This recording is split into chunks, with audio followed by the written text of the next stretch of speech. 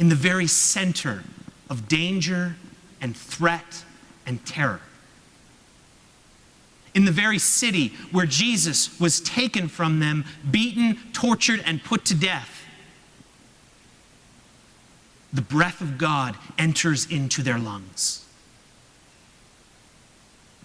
And they can speak a new language. They can speak a gospel language. They have all that they need to proclaim, Alleluia, Christ is risen. They have all they need to proclaim the good news. And so Peter, who just 7 or 8 weeks earlier had stood denying Jesus, saying he didn't even know the man, steps out into the streets of Jerusalem where there are those who would kill him for these words, and begins to tell the world about his Savior. When we are given the Spirit of God, as the disciples were and are, it's not that fear and brokenness and despair go away.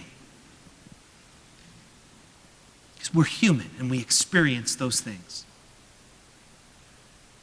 But not fear, not brokenness, not despair, not even death have the last word now.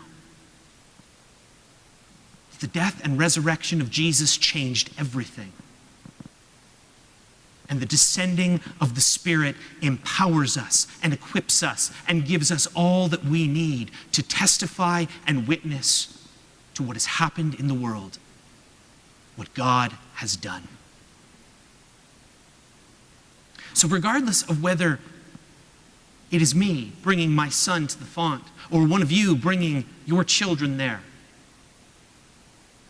regardless of whether it's Benny or John or Robert or a number of our adult baptisms we've had in the last number of years, standing around the font as a community, whether it is a dead church that has no more hope, whether it is a place in the world where terror has taken over, whether you are sitting at the bedside of a loved one who is approaching death, God says to each and every one of us, says to the witnesses in the world, mortal, can these bones live?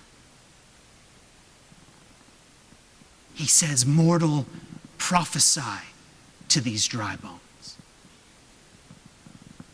And so, on this Pentecost Sunday, I say to each and every one of you, let the fire fall. Let the Spirit of God descend. Let these dry bones live again. Because we have been given a new life, the church.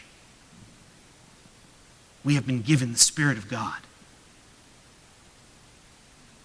And it is time to prophesy with our words, our hands, our feet, and our lives.